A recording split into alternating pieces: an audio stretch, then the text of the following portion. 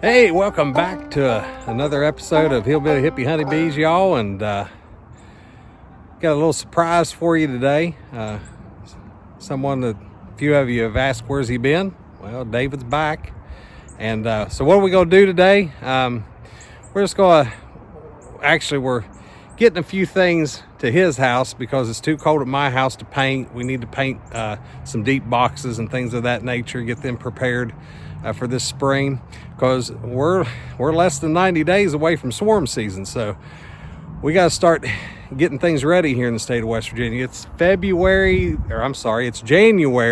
the 17th. Man, I'm getting ahead of things, aren't I? But we're getting some of those things down to his house, and we're going to show you how we check the cluster size inside of our colonies without breaking the boxes open, and talk about a few things that you need to be looking for and doing this time of the year, getting prepped for swarm season and getting prepped for your splits and things of that nature. So stick around with us and listen to what we got to say here today. And David's back. All right, here we go. Let me make sure. What are you gonna do? Well, we have just a cheap heat gun that we got from Harbor Freight. Yep. And we are going to check our hives and see how many still have bees in them. And this one doesn't have the big Vivor, and those have the big screens and everything. But if you'll notice, there's different colors in here.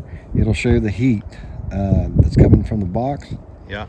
If it's got heat coming out of it, we know we still got bees in them. It'll pretty much show where they're at within the hive, if they're still low or they're working their way up. And it's kind of a sunny day, and it's going to be hard to see these, but we're going to try our best to do it. All right. You kind of got to watch when you're doing this, especially with material like this. You know, the sun will reflect off of it and it'll warm up too. So, but if you get on the box itself,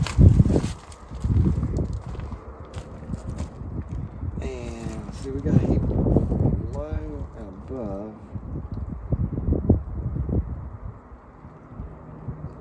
This way you don't have to open up the boxes. Yeah, you don't really have to open up the boxes. And you can kind of see how big the cluster is and all that.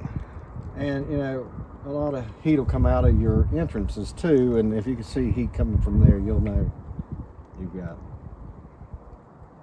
I'm always worried about this one. It seems like every year we lose bees in it that are in it. Well, we have to reset the temp on this one. Hang on. But anyway, so that's what we're doing today. We're just out checking doing a little few odd jobs. Beekeeping never stops. For those of you that think that beekeeping's just a certain time of the year, it's all year long. You've got something you need to be doing. Whether it's checking them to see if they're alive in the winter time or feeling the back end of them. I know we had somebody comment that, you know, they don't check the weights or feed them in the winter because they just let them do their own thing. And I get that. Again, everybody's got their own method and way of doing things. In this one, They're in there. do you see them down in there in the frames? Okay, yep, right there. There they are. Yep, so that's a small cluster, but small one's good for this time of year. They're not eating up as many resources, and they'll take off here shortly. Yes. This one was flying really, really good the other day, so it should be good. Yeah, they're. Let me see. Can you see it? Well, yeah. I mean, I don't know. Don't know how to. But if you'll notice, they're not. There's nothing down low. But as you work your way up, right about there. So they're in here. They're right in here. So that shows you too why you need to rotate your boxes come springtime. Helps out a lot. Yeah, because they'll want to continue to move their way up. That one's I think it's done good. I mean, I don't know. I can't. I think that's the one. Tell you what, when you do this, Yeah. do it like either early morning or right before dusk. Gotcha. Because you can see it a whole lot better, especially if you're using something like the other side. Oh, is there? Well, I'm surprised. They're right in here. They're moving up pretty quick. I'm surprised. That's the one that the lid blew off of, and it rained on for days. Jason come over and found it. That's the one thing that I don't like about these plastic lids.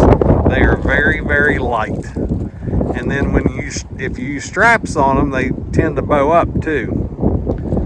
But I do like the double insulation of them. We did lose that one there. Hey, I see activity over here. Looky there. Carrying out the dead right there. They sure are. A little bit of activity.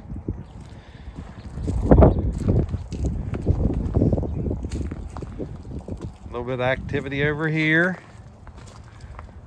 But yeah, everybody get out and make sure that you're checking. We and got one here.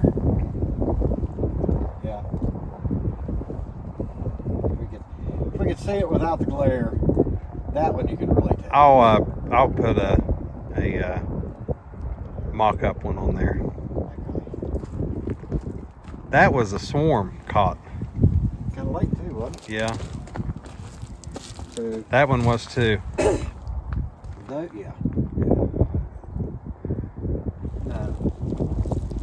Yeah, so those that say you let them fly in July because you're not going to get them through the winter, we've proven that time and time again. We've got them in September.